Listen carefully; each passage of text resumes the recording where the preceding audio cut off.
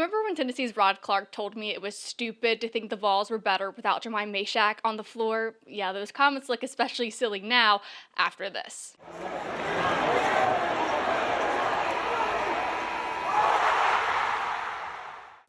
And even if Jahmai Mashack wasn't the guy to hit the buzzer beater against Alabama, Rick Barnes explicitly wanted Mashack on the floor in those final seconds. How Mashack's efforts led to one of the most incredible finishes inside the Food City Center. I'm Paige Dower. This is the Field Pass on Full Disclosure. Tennessee might have not even been in a position to have a game-winning type of play if not for what Jahmai Mashack did all game long, but specifically in the final 30 seconds of the game. And it started with a tough play by Chaz Lanier, who drove baseline to get the layup. He drew the foul, and then he went to the free throw line. He was not able to make that free throw, but his layup ended a near 6-minute scoring drought towards the end of the game, and it got Tennessee within one possession of Alabama with 30 seconds to go. He went to the free throw line. He was not able to make the free throw. Instead, Jahmai Mashack bringing that toughness, and I really think that's the underlying key factor in this game is how tough the team played. But in his ability to go and get that rebound, he draws a foul, and what happens is he says he wasn't really expecting that type of play to get a foul. I think he says it doesn't usually happen, so he was a little surprised pleasantly that they were able to draw the foul there. So he goes to the free throw line with Tennessee down one possession. He has a chance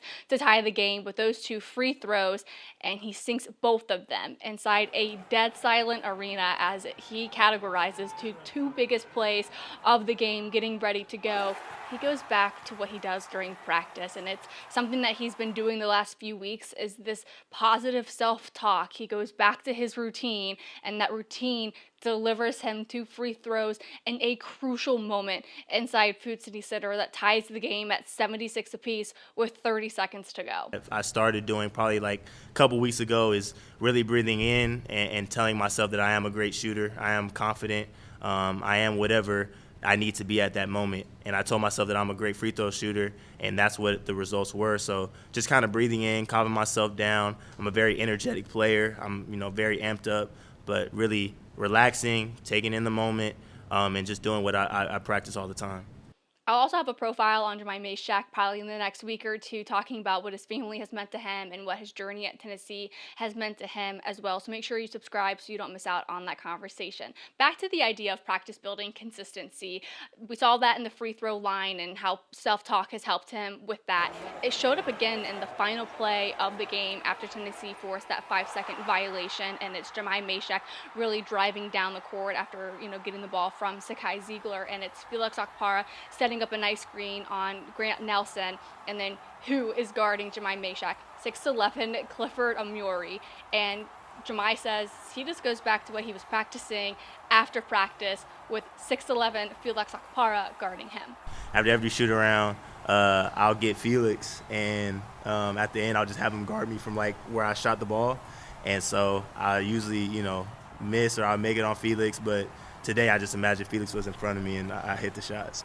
And who knows, maybe Felix will start counting the amount of shots he blocks on Jahmai Mashack after catching a little bit of slack on that comment. But it's just, highlights how much these teammates really do go at each other during practice. They bring it every single day. They are competing with themselves and against each other all of the time in practice. It really doesn't appear while I'm there in the open practices for media that the team and players ever take a single play off, whether they're, running shells and quick scouting or they're doing full court type of runs. It's just really impressive to see how much that really has translated to how Jahmai Mashack is performing on the court. So obviously he makes that three-pointer. It's chaos afterwards. The team all but tries to tackle him after he knocks it down.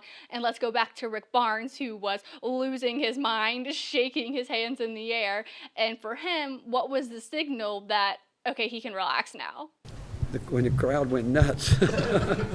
It's important to make the right decisions, like when to go for it on fourth down, or when to kick the field goal or go for the touchdown. It's also important to make the right insurance decisions too. That's why my office, Trey McAdams State Farm, is here to help you select the right protection at the right price. Our office will make sure you understand your State Farm coverages so you'll know what to expect when the unexpected happens. With Trey McAdams State Farm, it's easy to make the right call. When you want the real deal, like a good neighbor, State Farm is there. Proud sponsor of the Tennessee Vols. Rick Barnes talked about it earlier this week and how he does a lot of communication with Zakai Ziegler in their eyes, and they can read each other's body language and they kind of know what they want from each other. Well, it seems like that's kind of a similar case with Rick Barnes and Jahmai Mashack. I think there was a little bit of confusion, non-confusion in the final play. They had an idea of where they wanted to set it up, and then they obviously wanted that timeout once they crossed mid-court. That didn't really happen because I'm sure you all have seen the press conferences, and Rick Barnes was happy that they didn't see it. And it was funny getting Jahmai Mashack's perspective because he had no idea what Rick Barnes was really saying, so he kind of just let it rip. I usually look over at Coach to see what he wants. So we get into our little, ladder drill and ladder play. And he's mouthing something to me, and I didn't know what it was. And so in my head, I said, oh, he wants me to shoot the ball, so I'm going to shoot the ball. But he was really trying to say, if I catch it and I pass it up or I dribble it up, call a timeout. So right when I got the ball and I seen Z was denied, I'm like, oh, yeah, I'm shooting this. So I was just feeling good. I felt like I was going to hit the shot. And, that's what happened. Have delivered Tennessee game-winning, buzzer-beating type of plays are the two, quote-unquote, non-stars of the team. Jordan Gainey in Champaign against Illinois, going coast to coast, driving to the rim to get that buzzer-beating layup, and then it's Jahmai Mashack, of course, doing that to Alabama. So when Gainey was talking after the game and how those types of plays are what dreams are made of, you know that he's also kind of talking from experience and how much he was able to live out probably one of his dreams. I mean, that was a massive win, not only in the beginning of the season, but how it's panned out for Tennessee this whole season. So for both of them, two guys that have taken so much pride in wearing the orange and white, to be able to be the players that deliver in the clutch for Tennessee is incredibly impressive, and you just have to admire it. People know Shaq put in a ton of work over the summer, and just seeing it all pay off and just him make that last shot, just feel like a weight lift off his shoulders. You see Shaq just staring into the crowd. It's just amazing, and it's just a surreal moment. And just seeing him enjoy every single bit of it is just something amazing, because this is every kid's dream. Rivalry game Saturday, you got Dick Vitale commentating the game, and you hit a game winner. Yeah, it's something amazing. So I'm just excited for him and just being able to, live out one of his dreams.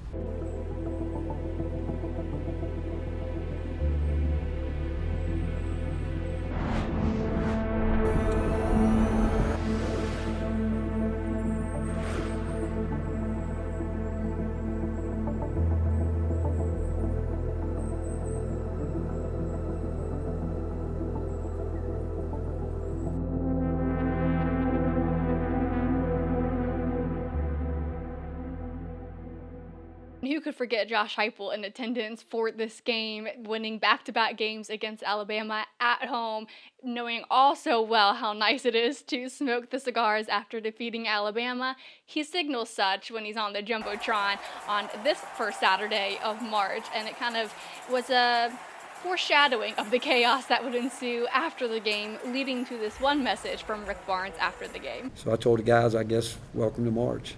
If this is any indication of what March looks like, we better all strap in, because I think that was an insane preview of not only what the SEC tournament could look like, but what the NCAA tournament might look like, because the SEC is insane this season, as all of us are well aware. But yeah, absolute chaos, and it will be such an exciting March Madness this season if that is what happens. And back to the comment about toughness being the underlying key for Tennessee delivering this win, if they can source that and bottle it up and go back to it the rest of the way, like Zakai Ziegler said after Auburn, this is a very dangerous team, and I think that's when we will start to see two really good halves being put together finally. But where those toughness plays showed up, we can go to the end of the first half, and it's Jordan Gainey, reminiscent of that game-winning play against Illinois where he's going coast to coast with just seconds left on the clock before halftime. and he gets that really tough layup with about 0.7 seconds left on the clock. Insane that he was able to do that. And then Alabama tries to, obviously get their out of bounds play going, and it's Jahmai Mashack getting the deflection, and then there's nothing that they can do with it. Later, I think also in the first half as well, as I will check my notes, I think it was in the first half, it was 12:40 to go. Alabama was up 56-51. They're on offense. Aiden Holloway gets the ball knocked out of his hands, and it's Jahmai Mashack. If there's a loose ball, he was painted on it that entire game, and he's battling with Mohamed Diobate to go and get that loose ball. Jahmai Mashack picks it up. They're battling again, bodies banging up against each other, and he takes it right to the rack, and then Diobate gets the goaltending because the ball was in it, then rimmed out with his hand on the net. But as he's falling down and doing all of these effort-type plays and knocking the ball out of bounds to try and force another possession for Tennessee, it was that type of toughness and what he does that in those moments does show up on the stat sheet, forcing those turnovers, getting those layups, but it's his willingness to go out and try and force those types of plays to happen. And he's like, any ball nowhere's out there, no, those are crucial plays. And I think that's so much of what allowed Tennessee to stay in that game because of the toughness they brought. They had a ton of costly turnovers in the beginning of the game, and Alabama cashed in on it, and then they were able to kind of flip the script, leading by Jahmai Mashack to go and get those tough turnovers. I'm happy for Jahmai. He's been just an incredible everything. I mean, he exemplifies everything that you want in a player, a person. Great family. That's the type of stuff that I feel like other people don't look at, and that's how you win games, is those extra possessions. If you ask any coach, you ask anybody that really knows basketball, that possession I feel like was the biggest key in the game because it gave us another opportunity to score 2 points, which I was able to do at the free throw line. The Lady Vols start their SEC tournament on Wednesday. I will be in Greenville, South Carolina for that tournament. Hopefully it's a long one, so make sure you subscribe so you stay up to date on that content as well. I'll be back with a preview tomorrow at 2:30. I'll talk to you then.